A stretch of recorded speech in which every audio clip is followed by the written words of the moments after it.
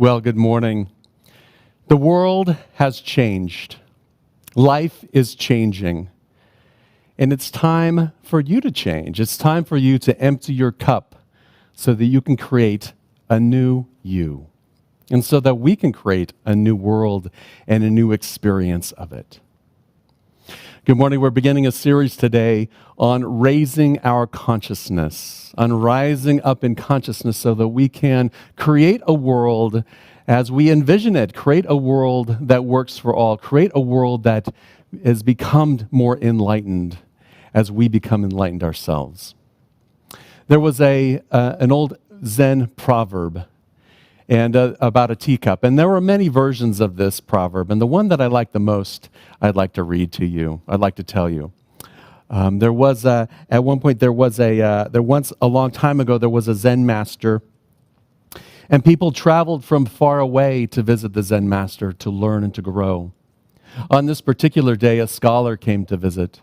And he said to the master, "I've come for you to teach me about Zen." And so the two of them sat and began to speak. And it soon became obvious that the scholar was so full of his own ideas, his own opinions, his own knowledge, that he wouldn't listen to the master. He would interrupt the master time and time again. The master just smiled and said, "Perhaps we should have some tea." And as the master began to pour the tea for his guest, the tea filled the cup up. The cup became overflowing onto the table. The tea then began to overflow off of the table onto the floor and eventually onto the scholar's robes. The scholar said, "Wait, stop. The cup is full. Can't you see?" "Exactly," smiled the master. "You are like this teacup. You are too full of your own thoughts and ideas. Come back with an empty cup." Now, I love this proverb because it talks about this idea of growth. And it's often used when we talk about learning new things, when we talk about if we're going into class, we should begin with a beginner's mind, right? Begin with an open mind. But how often do we actually do that in life? This is a wonderful proverb, not just for learning and for classes, but for life itself. Because you see that cup, that teacup, is like our consciousness. And our consciousness is filled with thoughts, with ideas, with beliefs, with stories. So much so that even when we hear a spiritual practice or a spiritual truth, even when we receive something, from the universe, it just flows over us and onto the floor and wastes away. Because we're not open enough to truly receive it. And so our practice, or what we're looking at, the spiritual principle, is the idea of how can we empty our cup so that we can receive our good. Receive our good, whether you call it spirit, isness, divine mind, the universe, so that we can receive our wisdom, our guidance, so that we can receive ideas on how we can move forward to be in this new world that we're living in, to create a new world that we want to create. How can we be in it, but not of it? How can we be in it and allow ourselves to express that goodness that is innate within us? And so our practice is, how is emptying the cup, is making room for God. Whatever word you want to put in there. Our higher consciousness, our isness, that Christ consciousness within us, our higher self. Making room for that higher self, higher consciousness, that spirit within us to have room to breathe and to grow and to expand and to express us. And so we must take time every day to empty our cup. Now, have you ever poured yourself a cup of tea or a cup of coffee or some sort of drink? And, midday you set it down somewhere and then you forgot where it was. Perhaps it was outside on the table, outside in your backyard or on your patio, or perhaps it was in your living room on your coffee table or simply next to your keys, and you just forgot about it. And the next day you come back and there's your half-consumed cup of tea. And you take a look at that and you say, oh, okay, there's my cup of tea. Well, how many of you make more tea and just pour it into the existing teacup? Have you ever had like day old coffee and just tried to warm it up with more coffee? How's it taste? Now imagine doing that over and over again every day. Pretty soon the tea is going to lose some flavor. Pretty soon the tea is going to, just taste terrible. It's not going to be what you remember. You see, that half-day cup of tea in our consciousness, those are our stories. Those are the beliefs that we've created. Those are the things that are preventing us from filling our tea up with fresh tea, filling our consciousness up with fresh ideas, with new experiences, with our new good. It's those old ideas that we need to let go of, that we need to empty in our consciousness so that we can be open to receive, so that we can have this receptive mindset for what the world has to bring to us today. So how often do we go about our day with these stories? And even though our good, our new ideas, new wisdom, even though, great things are happening around us, we're completely oblivious to it because it still tastes not quite right. Let's say we drank that tea yesterday and it tasted fantastic. We have that experience that we had yesterday or the day before or 5 years ago or 20 years ago or 30 years ago. That wonderful experience, that was incredible. The first time we saw that theater production, that first time that we went to that baseball game, that first concert that we went to, that first experience of love, that first time on the beach. It was so wonderful. We're holding on to that in our teacup. And then when we pour a new tea in, it's like, well, yeah, it's okay. It's not quite as good as I remember. The beaches are a lot smaller than I remember. The playlist and the concert set was, didn't play my favorites. So it was okay. Because we're hanging on to that old belief. We're not ready to receive what's present and available to us. We're still living in that old pattern, that old story, those thoughts of the past, and we're letting those thoughts of the past dictate how we feel and experience life and live life today. And so you've got to pour out those old stories so that the new story that comes in is fresh and new. It doesn't mean necessarily that we forget about it. We still may have those wonderful memories. It just means we're not holding that up as the bar for the experiences of my life, of your life. Now, have you ever left a teacup there for a few days and then gone back to it? Maybe there's just a little bit of liquid left in it. Some of it's evaporated.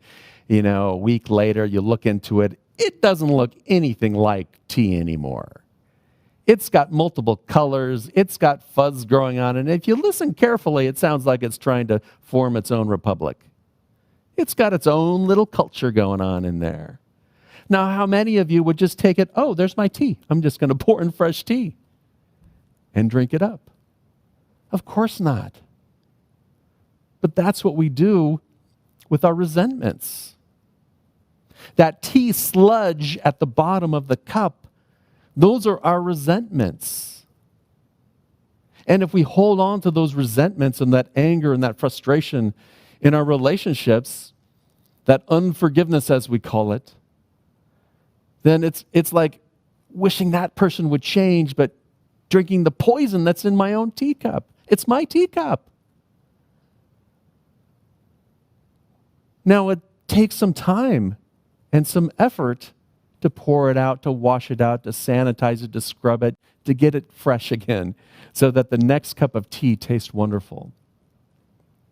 But so often, we're just going to let it sit there until all of the liquid has evaporated, and what you have is a hard layer down at the bottom. That hard layer in our consciousness that just won't go away. That hard layer in our relationships that says, you know, what you did, I'm done.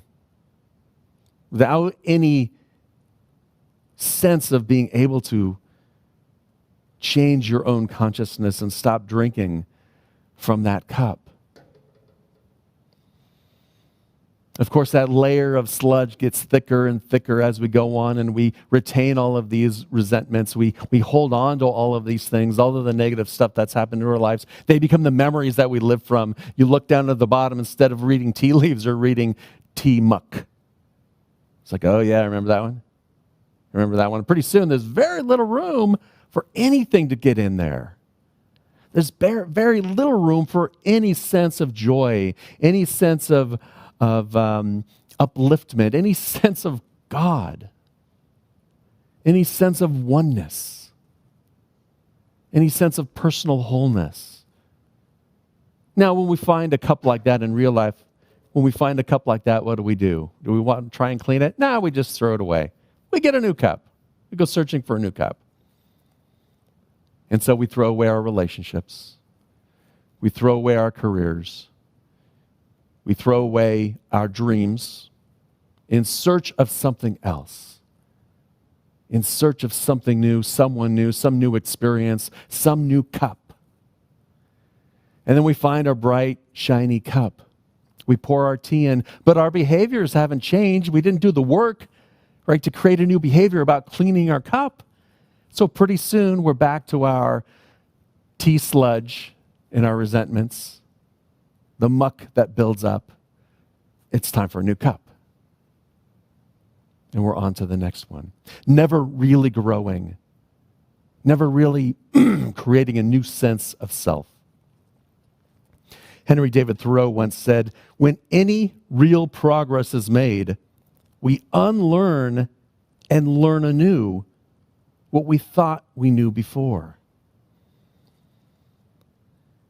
Pouring out the cup, emptying the cup of that sludge is unlearning, is letting go of those stories, is learning that there is a new possibility, that there might be a new outcome, that the stories may not even be true to begin with. That whatever we were thinking about and defining there could have a different reality, a new possibility. And so we empty the cup. We do the practice of emptying our cup. We do the practice of cleansing our consciousness, of letting go. And there are many, many ways in which we can do that. Of course, we teach that here all the time, whether it's Byron Katie's work, the work on your stories, whether it's journaling, whether it's the forgiveness work that we do here. There's so many ways in which, and practices and tools that we have that you can use. But the most important tool is that, that elbow grease, is getting in there and really cleaning out the cup. Really allowing it to become clean so that we can really start to receive in a greater sense of the word, so that we can become open and receptive to all that life has to offer. So that when that good comes to us, in whatever form it might be, whether it's in a relationship, whether it's in our finances, whether it's in an experience that we have, whether it's in a healing, whether it's in a realization that life is different and a new way to live life. A realization that, yes, things have changed in our world. Things have changed in my body. Things have changed around us, and it's not the same. But there is a new path and a new way and a new you waiting to be born. It's the calling that's within you. And the only real way to get to that calling is to become open and receptive to it. To unlearn the patterns that we had in the past, to let go of the stories that tell us, no, that's not true, that's not who I am, to let go of the self-limitations that we create for ourselves, to let go of the self-augmentations that we have for ourselves. Oh, I'm so good. Oh, yeah. I don't need any of this spiritual stuff. I got it all. to let go and see if there's something new, because I know when we do, when you do, when I do, we experience more joy than we ever have before. We experience a greater sense of bliss than we ever have before. I was on a vacation just a few days at a lake with the kids and Tiffany. We were boating and pulling the kids on inner tubes, and I usually vigorously participate in that activity, but I had strained my back, and so I decided I wasn't going to be on the tube.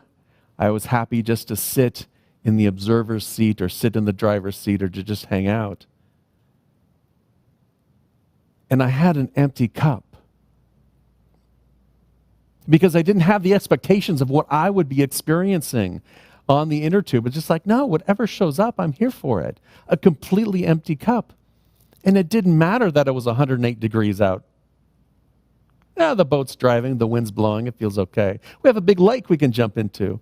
The kids are having so much fun. That's all that mattered. Because I emptied my cup, I was able to feel and experience bliss during that experience. It was unlike any other boating experience I had had before. So how do we empty out our cup? Well, each morning we need to start with a new cup. We need to start with a clean cup. So every morning we've got to take some time. Don't go searching for that, 3-day-old cup of tea that's starting to grow. Don't go looking for that. Don't get up and say, oh, here's my tea. This is my tea in life. And that's the tea. I should have waited for that one. Anyway, we have to start with a clean cup. So each morning we need to begin our morning fresh, open, ready to receive. Whatever has happened in the day before, it's time to let go of it. Whatever has happened during the night, whatever dreams came up, or whatever happened 3 weeks ago, it's time to start fresh today. To set the intention, today I start anew with a clean cup, open and receptive to all that life has to give me. And as we're open and receptive to what life has to give us, as we're drinking from that tea, that brew of life, each day as we move through it, we need to realize that when the tea's gone bad, it's time to clean my cup. Time to take a moment to go back and become centered. Time to have a mindful moment so that we can see what our thoughts are, see what our emotions are, observe them, bless them, and just let them drift away. Without any blame, shame, or guilt. Just pour out the tea. Life is too short to drink bad tea. I think that's a bumper sticker. Maybe we should. No, okay. So clean our cup regularly throughout the day. Know when it's time to let go. Know when it's time to take a step back, to take a breath, while we're in the moment, in the experience. And when those ideas, when that fuzziness starts to build in our tea, when the tea starts to go bad, recognizing, oh, okay, there's a new way to look at this. There's a new possibility here. Let's just pour out the cup. Let's start fresh and allow Spirit to fill us up anew in that moment. At the end of the day, we should give thanks. Give thanks for our daily tea. Give thanks for our daily bread. Give thanks for that which we receive, which in spirit, in consciousness are ideas of truth, ideas of upliftment, ideas that inspire you. Give thanks for everything that came your way. Every ripple on the wave as you're driving the boat.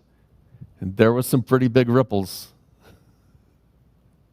Give thanks for every breeze that comes your way. Give thanks for the flowers that are still blooming, the fresh water, the fresh tea, the fresh relationships, the fresh you in an old relationship, a new perspective that you have about something that's happening at work, a new perspective that you have that you can bring forward and create something new for you and all of those around you, a new perspective that you can bring to the world. Give thanks. Be thankful. So at the end of the day, when we are washing our cup, We can remember all of the beauty that was there. We can recall all of the moments that we experienced Spirit in our lives. All of the moments where we fell off the Spirit wagon and got back up with ease and grace. Clean out your cup at the end of the day. Set it down so that in the morning you can start fresh. I'd like to go to our affirmation. I am inseparably unified with God, constantly receiving inexhaustible abundance. I'm going to repeat that, and then I'm going to invite you to affirm it with me. I am inseparably unified with God, constantly receiving inexhaustible abundance. Would you affirm that with me together? I am inexorably unified with God, constantly receiving inexhaustible abundance. There are a lot of long words in there. You can pare it down if you like. I'm unified with God, constantly receiving abundance. As we go through life, a lifetime can be spent on just this one practice. On just this one practice of emptying our cup so that we can receive all that the universe, all that the world, all that God has to offer. An entire lifetime can be devoted to it. It would be a lifetime well spent, a lifetime of love, a lifetime of joy, a lifetime of self-realization, a lifetime of knowing your oneness with God.